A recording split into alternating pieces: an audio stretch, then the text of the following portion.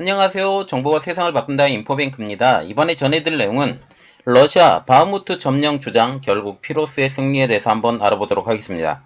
여러분의 구독, 좋아요, 그리고 필요하시면 알람 설정까지 부탁드리겠습니다. 최근 바그너 그룹이 21일 바흐무트 점령에 성공했다라고 자축했고 우크라이나는 이것이 사실이 아니라고 하면서 여전히 우크라이나군이 바흐무트에 남아있다라고 하면서 팽팽히 맞서고 있다라고 얘기를 하고 있습니다. 그런데 러시아 내부에서는 바흐무트의 점령 완료는 돈과 노력을 들일 가치가 없는 지역의 패배와 다름없는 승리라는 주장이 나오고 있습니다. 결국 피로스의 승리, 즉 상처뿐인 승리라는 것입니다. 러시아군은 이로써 이미 지쳤고 무기도 이미 상당 부분 소모가 되었기 때문에 없다라는 것입니다. 그 이유에 대해서 자세히 알아보도록 하겠습니다. 자, 이 그림을 하나 보여드리는데 이게 3월 7일 기준이니까 지금 거의 전선의 변화가 없기 때문에 이 그림을 올려드리는데 바흐무트라는 것은 지금 돈바스 지역에서 이 우크라이나 안쪽으로 들어가는 곳에 있는데 딱 여기에 걸려서 아무것도 못하고 있죠. 이 바흐무트가 있으면서 지금 완충 역할을 했고 지금 우크라이나가 힘을 기를 수 있는 시간을 갖게 된 것입니다. 바그너 그룹을 통해서 이 바흐무트를 점령을 하려고 했지만 여전히 많이 힘들어가고 있다라는 내용이 나왔고 바그너 그룹은 1km를 점령하기 위해서 인력을 갈아 넣고 지금 포탄도 갈아 넣고 모든 무기를 갈아 넣었다라는 그런 얘기가 나오고 있기 때문에 결국 패배와 다름없는 승리. 러시아와 같은 경우는 지금 무기를 공급을 받으려고 해도 공급받기가 굉장히 어려운 상황. 물론 이란에서 공급이 되고 있고 북한에서 공급이 되고 있고 지금 중국에서도 일부가 공급되고 있는 것처럼 보이지만 유럽에서 공급을 받는 그리고 미국에서 공급을 받는 우크라이나에 비할 바가 못 된다라는 것입니다. 그리고 우크라이나는 지금 총공세를 준비를 하고 있고 자포리자주를 통해서 이 반으로 뚝 가르는 그래서 크림반도와 이 헤르손 지역으로 이 서쪽 그리고 돈바스 지역의 동쪽 이것을 반으로 뚝 가르는 자포리자의 공격을 준비를 하려고 하고 있습니다. 이 자포리자주를 공격을 하려고 하는데 지금 러시아와 같은 경우는 지금 돈바스 지역을 너무 공격을 많이 했기 때문에 포탄까지 다 떨어졌다라는 그런 얘기까지 나오고 있죠. 자, 이야기는 시작을 해보도록 하겠습니다. 러시아 바흐무트 점령 주장 결국 피로스의 승리입니다. 현재 상황을 볼 때 우크라이나가 말하는 것처럼 바흐무트가 완전히 점령된 것은 아닐지 몰라도 대부분 점령이 된 것으로 보입니다. 그러나 바흐무트를 점령하기 위해 갈아 넣은 병력이 러시아 입장으로서는 너무 많기 때문에 피로스의 승리, 즉 상처뿐인 승리라는 주장이 내부에서 나오고 있습니다.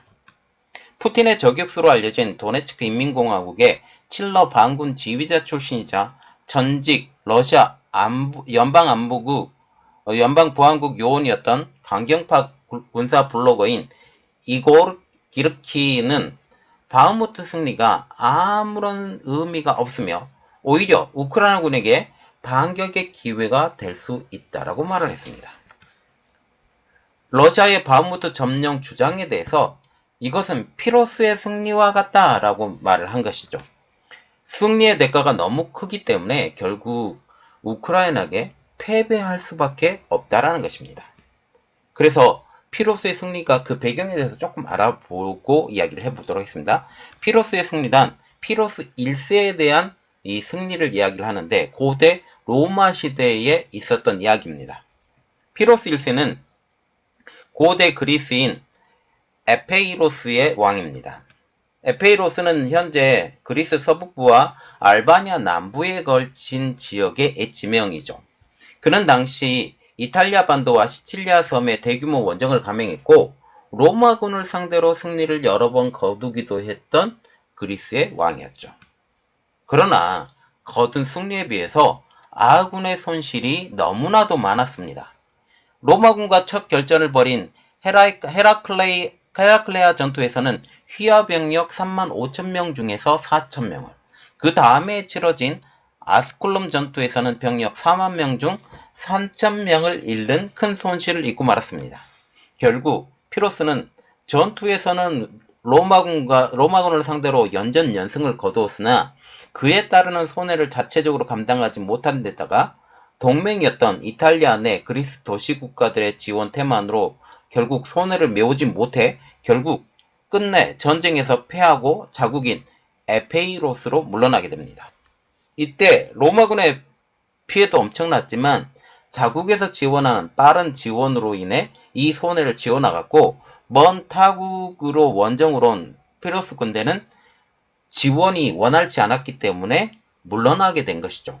결국 이 이탈리아 반도 내에 그리스 독립국가들이 있었는데 도시국가들이 있었는데 이들의 지원을 약속을 받고 왔는데 이들이 도와주지 않아서 결국 로마를 이기지 못하는 이러한 상황이 된 것이죠.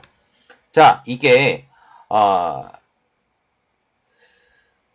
에페이로스, 에피레라고 지금 나와 있는데 이게 에페이로스인데요. 여기 이 지역이었어요. 이 지역에서 데살로니가 이 지역에서 이 지역에 있던 사람이 로마 시칠리아까지 와서 전투를 벌이고 본토도 쳤던 이러한 이야기입니다.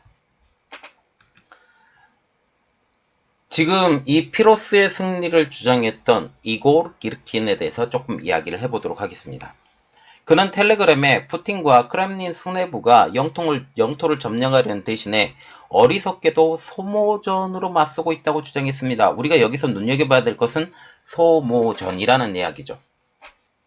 지금 바흐무트 지역에 소모전이 굉장히 심하게 일어나고 있기 때문에 이런 지적을 한 것입니다. 그러면서 돈바스를 점령하려는 계획이 부적절하게 구상되었고 많은 훈련된 인력을 사용했으며 추가 공격 작전에 필요한 무기와 장비 및 탄약 재고를 거의 바닥까지 소리냈지만 거의 성공하지 못했다라고 설명을 했습니다.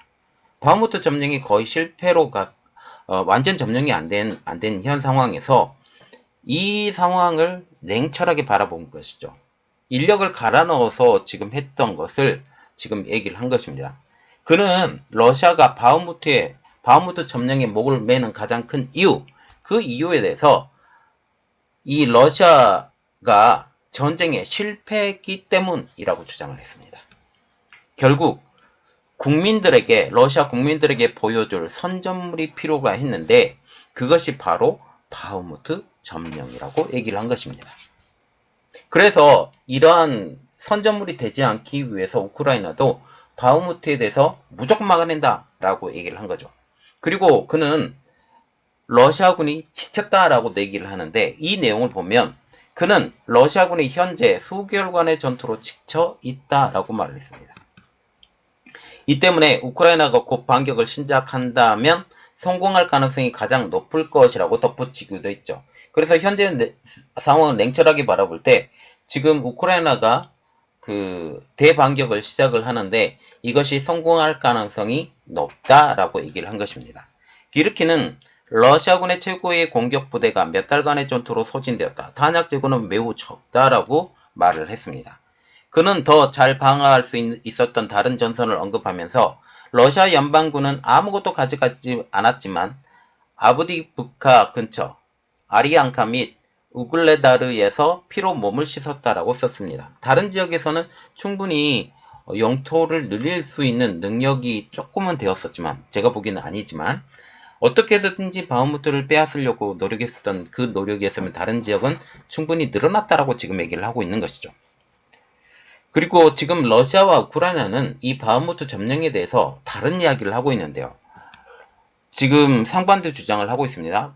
볼라드미르 젤렌스키 우크라이나 대통령은 바흐무트가 아직 우크라이나 수중에 있는 것이 맞느냐? 러시아는 이곳을 장악했다고 하는데 라는 질문에 아닌 것 같다 라고 대답을 했습니다. 한나 말야르 우크라이나 국방차관은 소셜미디어에 글을 올려서 우리 군이 바흐무트 교외 외곽 측면에서 진격 중이고 적들이 이 도시에 머무르는 것을 어렵게 만들고 있다라고 주장을 했죠. 말야르 차관은 우크라이나군이 바흐무트를 절반 정도 포위했다라고 하면서 이곳 일부를 여전히 통제 중이라고 강조를 했습니다. 둘러싸고 있다라는 거죠. 우크라이나군이. 미국의 싱크탱크인 전쟁연구소는 이날 보고서에서 바흐무트 전역에서 승리를 거뒀다라는 에브게니 프리고진 바그너 그룹의 수장의 주장이 사실이라고 할지라도 이는 순전히 상징적인 것이라고 깎아내렸습니다. ISW는 아직 남아있던 바흐무트 동부의 시내 몇몇 구역은 전술적으로나 작전 측면에서도 중요하지 않다라고 얘기하면서 이곳이 점령돼도 러시아군이 공격을 지속하거나 우크라이나 반격을 방어하는 데 있어 특별한 이점을 지니고 있지 않다라고 지적을 했죠.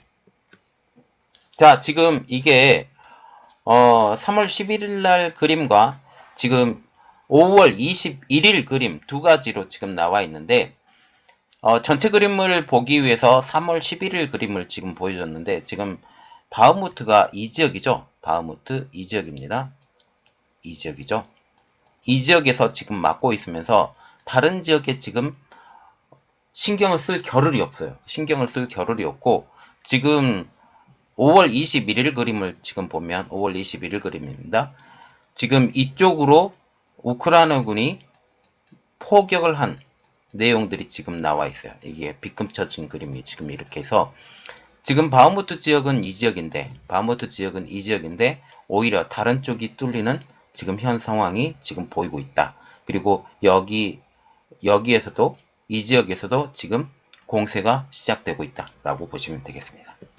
자, 지금 보시면 바흐무트 지역에 대해서 제가 이전에 한번 영상을 올려드린 게 있는데 군사적으로는 별로 의미가 없다 라고 얘기를 했어요. 군사적으로는 별로 의미가 없고 결국 명분 쌓기라는 것인데 명분 쌓기를 위해서라도 바흐무트 함락을 무조건 점령을 해서 이 전쟁의 승리는 우리 것이라고 말을 하고 싶고 이렇게 함으로써 이제 휴전 이렇게 지금 얘기를 하고 있는데 이 명분을 주지 않기 위해서 지금 우크라이나도 필사적으로 막아내고 있죠.